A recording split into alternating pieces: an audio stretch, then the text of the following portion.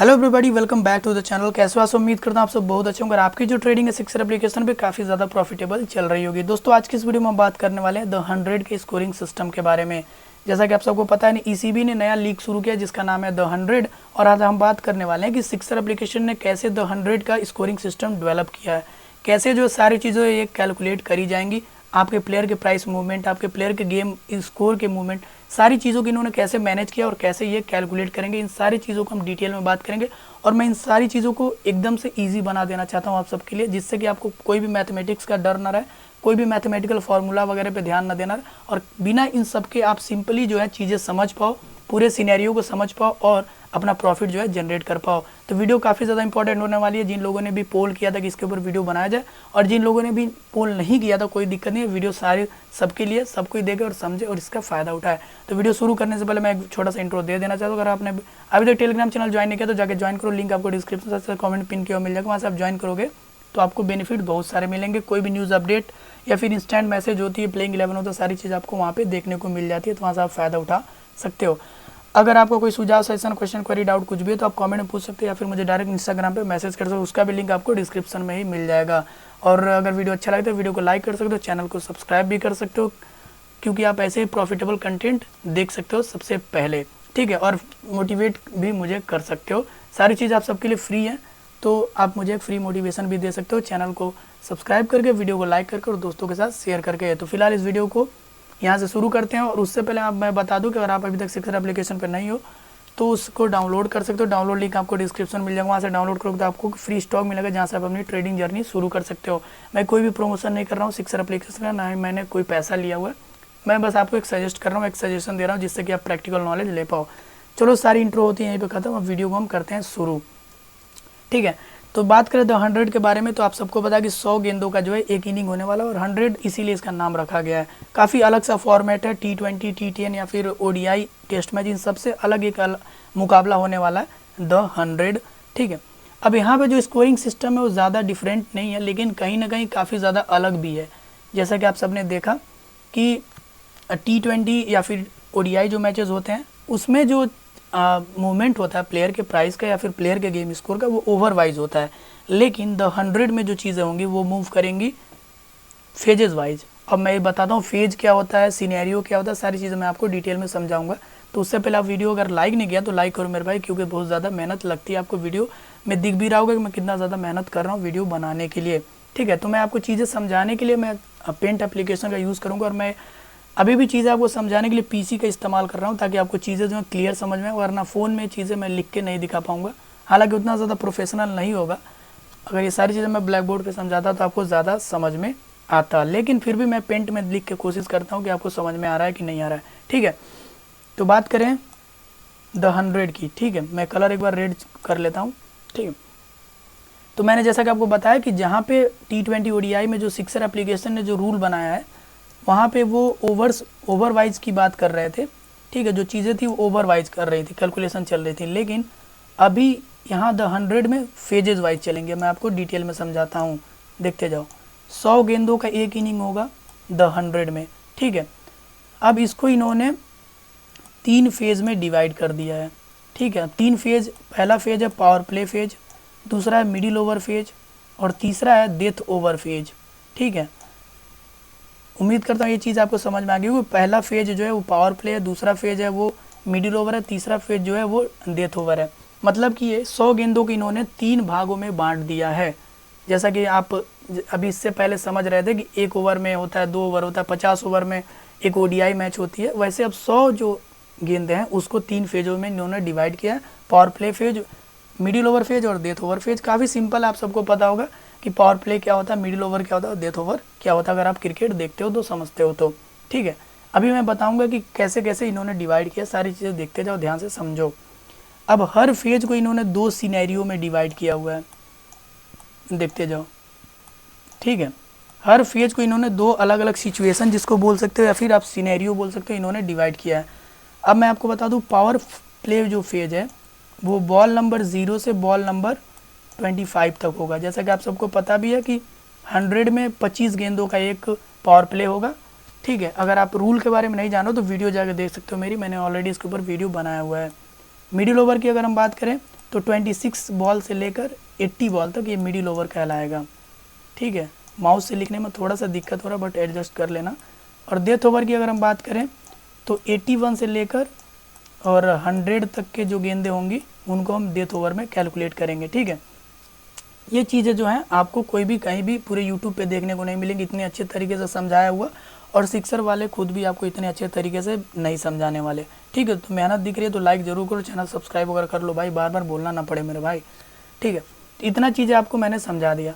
अब हर फेज जो है 2 सिनेरियो में बटा हुआ है। पहला सिचुएशन ये है कि अगर बैटिंग टीम डोमिनेट करती है, यानी कि जो बैटिंग साइड है वो डोमिनेट करती है, और दूसरा सिनेरियो है जब बॉलिंग साइड डोमिनेट करती है, जिसको मैं BO लिख दे रहा हूँ। तो हर फेज में यही चीज़ें चलेंगी, बैटिंग और बॉलिंग साइड, इन दोनों में से कोई एक ही डोमिनेट करेगा। यहाँ पे बैटिंग साइड डोमिनेट कर सकती है या फिर बॉलिंग साइड।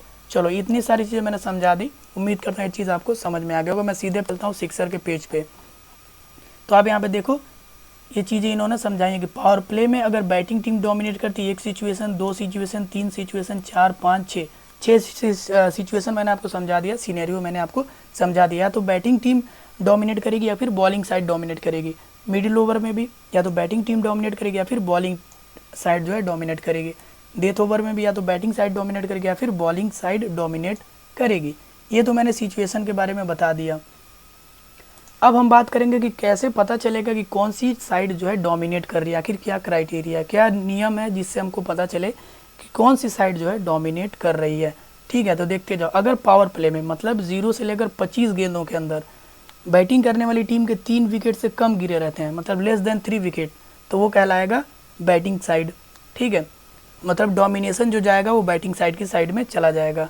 मिडिल ओवर में अगर 4 विकेट से कम गिरा हुआ है, पूरे टीम का स्कोर जो है अगर 4 विकेट से कम गिरा हुआ है तो अब कहलाएगा वो बैटिंग साइड फेज। ठीक है, डेथ ओवर में अगर 5 विकेट से कम गिरा हुआ है बैटिंग साइड का तो कहलाएगा बैटिंग साइड फेज। लेकिन वही बात करें अगर पावर प्ले में 3 से ज़्यादा विकेट्स गिर जा रहे हैं तो बॉलिंग साइड फेज हो जाएगा। मिडिल ओवर में अगर 4 से ज़्यादा विकेट्स गिर जा रहे हैं तो बॉलिंग साइड फेज हो जाएगा। और डेथ ओवर में अगर 5 से ज़्यादा विकेट गिर जा रहे हैं तो वो भी हो जाएगा बॉलिंग साइड फेज। अब मैं थोड़ा सा आपको कन्फ्यूज़न आ रहा होगा, मैं उसको एक बार से समझा देता हूँ लिख के कि देखो ये जो विकेट्स की बात है वो आप देख पा रहे होगे कि 5 विकेट्स, तो ऐसा नहीं है कि बॉल नंबर 80 से लेकर मतलब डेथ फेज में बॉल नंबर 81 से लेकर 100 के बीच में 5 विकेट्स गिरने चाहिए, ऐसा नहीं है। पूरे टीम का जो स्कोर होना चाहिए, मान के चलो, मान लो अगर 80 गेंदों में टीम ने बनाए, किसी टीम ने 100 रन और विकेट गिर गया उनका 7, तो ये हो जाएगा बॉलिंग फेज। बॉलिंग फेज शुरू हो जाएगा, समझ रहे हो, बॉलिंग साइड वाली फेज शुरू हो जाएगी। बॉलिंग साइड इस पर डोमिनेट कर दी क्योंकि जो विकेट है वो 5 से ज़्यादा गिर चुका है, जिसको हम 7 देख सकते हैं। अगर यही होता स्कोर 100 पे 1, तो 1 है, इसका मतलब कि जो साइड है वो बैटिंग साइड ने डोमिनेट कर दिया, यानी कि अभी केवल एक ही विकेट गिरा है, समझ रहे हो। तो उम्मीद करता हूँ ये चीज़ आपको समझ में आ गई हो। जो 4 विकेट 5 विकेट आप यहाँ पे देख रहे हो, एक बार दिखाता हूँ, जो यहाँ पे आप देख रहे हो 4 विकेट 5 विकेट, ये टोटल स्कोर का विकेट है, मतलब 100 रन पे 4 विकेट, 100 रन पे 5 विकेट, 150 रन पे 4 विकेट, 5 विकेट, 6 विकेट, ये सब चीज़ें हैं। ऐसा नहीं है कि किसी भी टाइम पे 5 विकेट गिरा हो या फिर 6 विकेट गिरा हो। तो उम्मीद करता हूँ ये चीज़ आपको समझ में आ गई। टोटल स्कोर के साथ का विकेट है, मतलब बैटिंग ऑर्डर का विकेट है। उम्मीद करता हूँ ये चीज़ समझ में आ गया होगा। अगर नहीं समझ में आ रहा हो तो आप मुझे कमेंट में पूछना, मैं थोड़ा सा डिटेल में लिख के बता दूंगा स्पेशली इस चीज़ को, कि ये जो है नंबर ऑफ़ विकेट्स हैं। ठीक है, ये 1 2 4 5 विकेट की बात नहीं हो रही, ये बात हो रही है उस फेज में गेम जो टीम का स्कोर है उसके साथ ही साथ कितने विकेट डाउन हुए हैं। उम्मीद करता हूँ ये चीज़ आपको समझ में आ गई होगी। ठीक है, तो ये इस प्रकार से आपको पता करना, ये क्राइटेरिया पता करना है कि कैसे बैटिंग साइड मानी जाएगी या फिर बॉलिंग साइड मानी जाएगी, कौन सी साइड डोमिनेट कर रही है किस फेज में। ये चीज़ आपको यहाँ पे समझ में आ गई होगी। अब ऐसे देखो ये फार्मूला है कैसे बैटिंग स्कोर निकाला जाता है। फार्मूला वगैरह पे मैं बात बिल्कुल भी नहीं करूँगा भाई, क्योंकि मैथमेटिक्स मैंने प्रॉमिस किया कि मैं बिल्कुल भी मैथमेटिक्स नहीं लगाने वाला हूँ।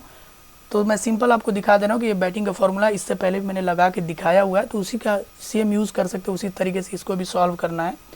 केवल वैल्यूज़ आपको रखने हैं, आंसर आपका आ जाएगा। तो यहाँ पे मैथ नहीं लगाना है भाई, आपको प्रॉफिट बनाना है। यहाँ देखो बॉलिंग स्कोर, यहाँ पे फील्डिंग स्कोर, ऐसे ही सारी चीज़ें कैलकुलेट की जाती हैं। लेकिन अब हम बात करेंगे एक्सपेक्टेशन की, जो कि सबसे ज़्यादा मैटर करता है।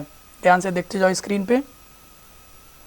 देखो सिचुएशन अगर ये है कि बैटिंग टीम जो है अगर डोमिनेट कर रही है तो जो बैट्समैन होगा, ठीक है, पहले मैं बैटिंग की बात कर लेता हूँ फिर मैं बॉलिंग की बात करूँगा, ठीक है। तो देखो अगर बैटिंग टीम डोमिनेट करती है पावर प्ले में तो जो रन पर बॉल होगा वो 1.35 का होगा, ठीक है, और जो विकेट की वैल्यू होगी वो 17 की होगी। यानी सिंपल सा लॉजिक है कि जब कोई पावर प्ले में कोई भी बैटिंग टीम जब डोमिनेट करेगी उसके विकेट्स नहीं गिरेंगे तो जो प्लेयर होंगे उनको कहीं ना कहीं रन ज़्यादा बनाने पड़ेंगे अपने प्राइस को मूव कराने के लिए, ठीक है, और उनकी जो विकेट की वैल्यू होगी वो ज़्यादा होगी। मतलब उनका जो विकेट का कीमत होगा, अगर कोई भी बॉलर उनको आउट करता है तो उसको ज़्यादा प्राइस में मूवमेंट देखने को नज़र आएगी। मैं अभी थोड़ा सा डिटेल में समझा दूंगा, ध्यान से देखो, ठीक है।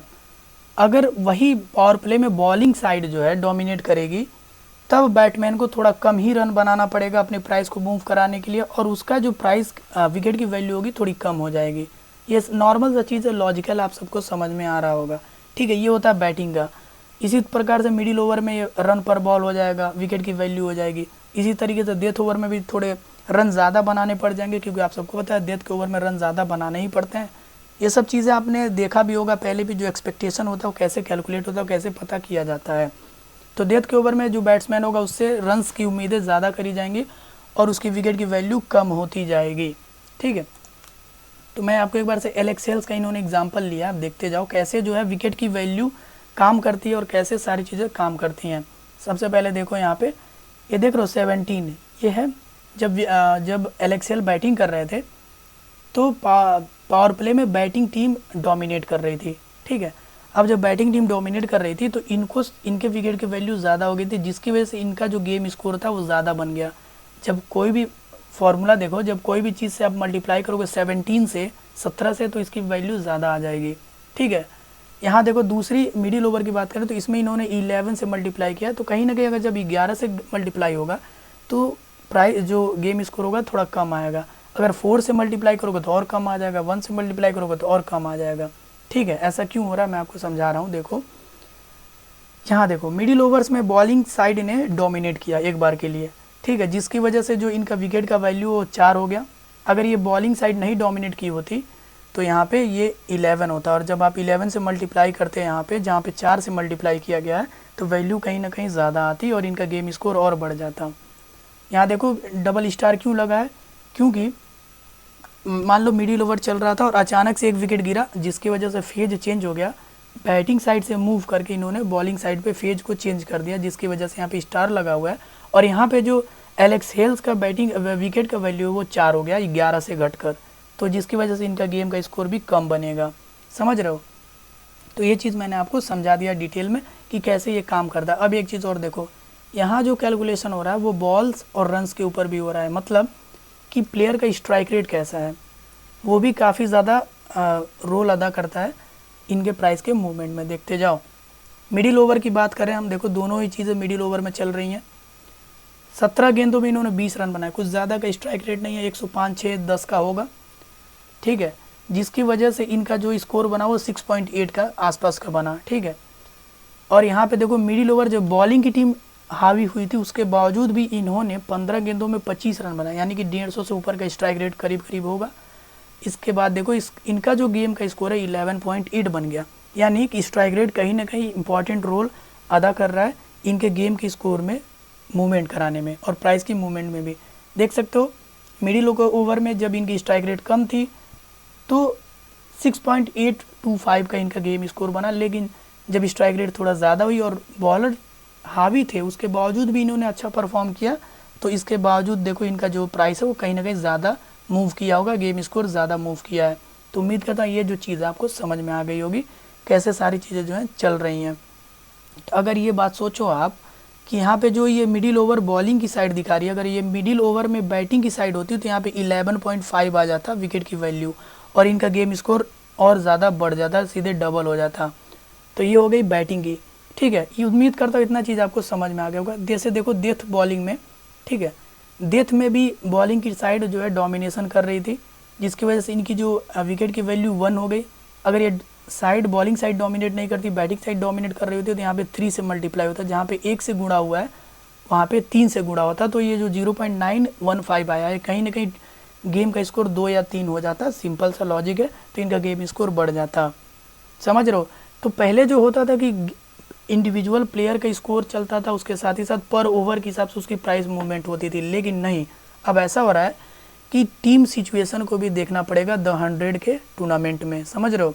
इस टूर्नामेंट में टीम की सिचुएशन कैसी है, टीम का कंडीशन कैसा है, वो उसका जो रिज़ल्ट है वो आपके जो बैट्समैन है, जो आपके जो प्लेयर है, उनके ऊपर देखने को मिलेगा, उनके प्राइस के ऊपर देखने को मिलेगा, उनके गेम स्कोर के मूवमेंट के ऊपर देखने को मिलेगा। यानी ये कि अगर कोई प्लेयर खेल रहा और उस टाइम बॉलर की साइड जो है वो डोमिनेट कर रही है, बॉलिंग साइड डोमिनेट कर रही है, तो उसका जो ब्लेम होगा, उसका जो पूरा श्रेय होगा, उसका जो एक तरह से आप बोलोगे कि जो क्लेम किया जाएगा वो बैटमैन के ऊपर किया जाएगा, तो बैटमैन का ही प्राइस ऊपर नीचे किया जाएगा। अगर सिचुएशन बदलती है, बैटिंग से बॉलिंग की तरफ मूव करती है, तो वो उसका जो भी रिजल्ट आएगा वो प्लेयर के ऊपर ही आएगा। तो ये थोड़ा सा नया इन्होंने रूल निकाला है कि जो डोमिनेशन होगा और जो रिज़ल्ट दिखेगा वो प्लेयर के ऊपर दिखेगा, और इसमें कहीं ना कहीं जो है फेज के ऊपर चीज़ें चल रही हैं। पहले ओवर्स के हिसाब से चलती थी, अब फेज के हिसाब से चीज़ें चल रही हैं। तो उम्मीद करता हूँ ये चीज़ आपको समझ में आ गई, कुछ ज़्यादा कुछ अलग नहीं है, बस थोड़ा बहुत चेंजिंग करी गई है। बाकी सारे फार्मूलाज वगैरह ऐसे लगा के आपको अपना रिजल्ट ला लेना है। अब बात करें कैसे ओवरऑल कैलकुलेशन होती है, तो देखते जाओ। यहाँ पे बैटिंग स्कोर जो है इन्होंने चारों फेजेस का जोड़ के यहाँ पे 35 ला दिया, बॉलिंग कराते नहीं तो 0, फील्डिंग में इन्होंने कोई कंट्रीब्यूशन नहीं किया तो 0। ठीक है, इन सभी को जोड़ा इन्होंने और प्लस 45 किया। 45 क्या चीज़ है? ये होता है फॉर्मेट स्केल का वैल्यू। तो फॉर्मेट स्केल का वैल्यू T20 में 45 होता है, लेकिन द 100 में जो फॉर्मेट स्केल का वैल्यू होगा वो 10 होगा, तो आपको 10 से जोड़ना होगा, तो आपका ये जो फाइनल रिजल्ट है ये आ जाएगा। तो यहाँ पे इन्होंने फाइनल जो स्कोर बनाया था वो 115.58 का इन्होंने बनाया था। ठीक है, तो उम्मीद करता हूँ आपको ये बैटिंग वाला सेक्शन समझ में आ गया। मैं आपको एक बार से बॉलिंग वाला समझा देता हूँ और फिर एग्जाम्पल के साथ मैं ख़त्म कर दूँगा वीडियो। ज़्यादा मैं डिटेल में आपको नहीं बताने वाला हूँ, चीज़ें आपको सिंपली समझ में आ जाएंगी। मैं आपको एक बार से बॉलिंग का दिखाता हूँ। तो ये देखो, बॉलिंग में क्या होता है कि जब पावर प्ले में अगर मान लो बॉलिंग टीम डोमिनेट करती है तो 0.045 इस हिसाब से आपको विकेट्स निकालने पड़ते हैं पर बॉल के हिसाब से। और अगर बैटिंग टीम डोमिनेट करती है तो इस हिसाब, सिंपल ये समझो, सिंपल मैं आपको समझा रहा हूँ कि अगर मान लो पावर प्ले में बैटिंग टीम डोमिनेट कर रही है और उस टाइम अगर कोई बॉलर विकेट लेता है तो उसको ज़्यादा, उसका जो प्राइस होगा ज़्यादा मूवमेंट करेगा। समझ रहे हो? अगर पावर प्ले में बॉलिंग साइड जो है डोमिनेशन कर रही है और कोई बॉलर विकेट लेता है तो उसका जो प्राइस का मूवमेंट होगा ज़्यादा नहीं होगा, क्योंकि 11 और 17 जो है ये बहुत ज़्यादा मैटर करेंगे। सीधे इन्हीं से मल्टीप्लाई किया जाएगा जब आप फार्मूला कैलकुलेट करोगे तो समझते जाओ। मिडिल के ओवर में मैंने ये सिंपल सारी चीज़ें जो एक्सपेक्टेशन है मैंने ऑलरेडी T20 और ODI के बारे में समझाया था, टेस्ट मैच में भी समझाया था, तो वही चीज़ें यहाँ भी हैं। थोड़ा बहुत बस डिफरेंस है, फेजेज आ गए हैं यहाँ पे ओवर के हिसाब से। समझ रहे हो? अगर मिडिल के ओवर में मान लो बैटिंग टीम डोमिनेट कर रही है तो 11 जो होगा वो विकेट की वैल्यू होगी। मतलब अगर कोई बॉलर विकेट लेता है तो उसको 11 पॉइंट्स की अगर बात करें तो मान लो 11 पॉइंट मान लो तो उसको 11 पॉइंट मिलेंगे। लेकिन अगर बॉलिंग साइड डोमिनेट करी और तब वो विकेट ले रहा है तो उसको मात्र 4 पॉइंट मिलेंगे। वैसे ही डेथ ओवर में अगर बैटिंग टीम मजबूत है फिर भी वो बॉलिंग करके विकेट निकाल ले रहा है तो उसको 3 पॉइंट मिलेंगे। और अगर बॉलिंग साइड डोमिनेट करिए उसके बाद वो विकेट निकालता है तो उसको 1 पॉइंट मिलेंगे। तो सिंपल है, लॉजिकल चीज़ है। मान के चलो बैटिंग साइड ज़्यादा अच्छे से खेल रही है, ज़्यादा मजबूत स्थिति में, उसके बाद भी अगर किसी बॉलर ने विकेट निकाला तो वो कहीं ना कहीं उसके अंदर पोटेंशियल है, तो उसका जो प्राइस होगा वो ज़्यादा बढ़ेगा। सिंपल है। और ये बात करें ये विकेट पर बॉल एक्सपेक्टेशन की, तो वो भी बढ़ते ही जाएगा। जब बॉलिंग साइड डोमिनेट करेगी तो जाहिर सी बात है कि कहीं ना कहीं बॉलर से उम्मीद करी जाएगी कि और वो विकेट निकाले। समझ रहे हो? जब बैटिंग टीम ख़राब सिचुएशन में चली जाएंगी तो बॉलिंग वाली साइड से ज़्यादा उम्मीदें करी जाएंगी कि और वो विकेट निकाले, तो इसी हिसाब से इनका जो एक्सपेक्टेशन है पर बॉल का वो बढ़ते जाएगा। तो उम्मीद करता हूँ बॉलिंग के साइड का आपको चीज़ समझ में आएगा। मैं एग्जांपल के साथ एक बार से ख़त्म करना चाहूँगा पूरी वीडियो को। हम बात करेंगे एक ऑलराउंडर की जिसका यहाँ पे एग्जांपल यूज़ किया गया, वो लियाम लिविंगस्टोन। तो बैटिंग का तो मैंने समझा दिया, बॉलिंग का देख लो। देखो, जब ये बॉलिंग कराने आए तो 12 गेंदें इन्होंने कराई पावर प्ले। उस टाइम बैटिंग पावर प्ले में बैटिंग साइड जो है डोमिनेट कर रही थी। तो देखो इनको 17 पॉइंट्स मिले विकेट लेने के। एक विकेट इन्होंने निकाला, उसका उनको मिला 17 पॉइंट। समझ रहे हो? देखो सीधे 17 से इनको जो है मल्टीप्लाई कर लिया गया। देख रहे हो? इनका जो स्कोर है वो सीधे 17 से मल्टीप्लाई किया गया, जिसकी वजह से इनका स्कोर 15 आ गया। वहीं अगर हम बात करें मिडिल ओवर की, जिसमें बैटिंग साइड ही डोमिनेट कर रही थी, लेकिन इनको कोई विकेट नहीं मिला, जिसके वजह से इनको 11.5 से ही मल्टीप्लाई करना पड़ा, और इनका जो है वैल्यू देखो -4.7 आ गया, सीधे माइनस हो गया स्कोर, क्योंकि इन्होंने कोई विकेट ही नहीं लिया था। अगर इन्होंने विकेट लिया होता तो यहाँ पे वैल्यू 1 आ जाती, और यहाँ देखो वैल्यू जब 1 है तो मल्टीप्लाई करोगे तो कुछ तो वैल्यू आएगी, 17 से मल्टीप्लाई करोगे तो, लेकिन जब 0 से मल्टीप्लाई करोगे तो पूरी वैल्यू 0 हो जाएगी, जिसकी वजह से यहाँ पे जो वैल्यू निकल के आ रही है फाइनल स्कोर वो -4.7 आ रहा है, समझे। और एक चीज़ मैं आपको बताऊं, जो बॉलर का इकोनॉमी रेट होता है वो भी काफ़ी ज़्यादा मैटर करता है।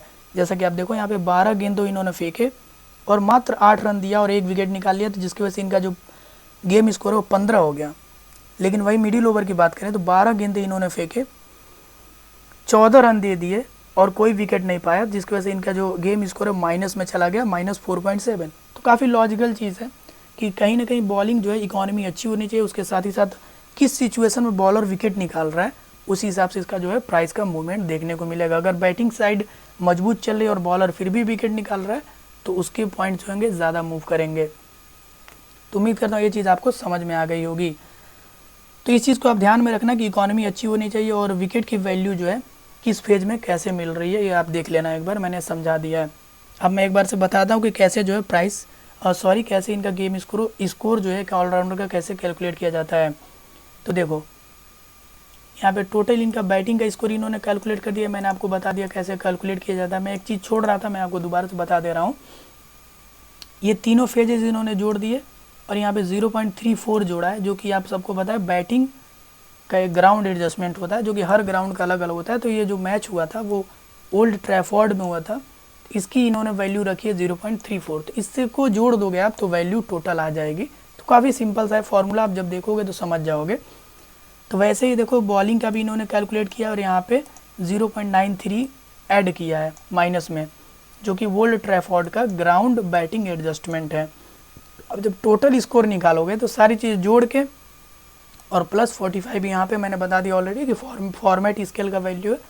इसको जब ऐड करोगे तो टोटल 152 आ जाएगा, जिसको इन्होंने 150 में तब्दील कर दिया। जैसा कि आप सबको पता है कि 150 से ज़्यादा स्कोर नहीं बनता है। तो उम्मीद करते हैं सारी चीज़ें आपको समझ में आ गई होंगी डिटेल में। मैंने कैलकुलेशन वगैरह नहीं ज़्यादा बताया, मैथमेटिक्स ज़्यादा नहीं बताया, लेकिन जो किस प्रकार से ये गेम प्ले होगा, ये 200 किस प्रकार से काम करेगा। आप बाकी सब तो आप ट्रेड करते ही हो, नॉर्मल T20 पे करते हो, टेस्ट मैच में करते हो, ODI में करते हो, बस थोड़ा सा चेंजिंग है, फेजेस में बदल दिए गए हैं चीज़ों को, और जो टीम की सिचुएशन होगी उस पर सारी चीज़ें डिपेंड करेंगी। प्लेयर का प्राइस का मूवमेंट वगैरह सब कुछ उसी पे डिपेंड करेगा। तो बस सिंपल सा है कि जिन लोगों को ये सारी चीज़ नहीं भी समझ में आ रही है, मैथमेटिक्स नहीं समझ में आ रहा, कोई दिक्कत वाली बात नहीं है। बस इतना जानो कि जो आपका प्लेयर है उसका मूवमेंट उसका जो परफॉर्मेंस हो वो अच्छा होना चाहिए।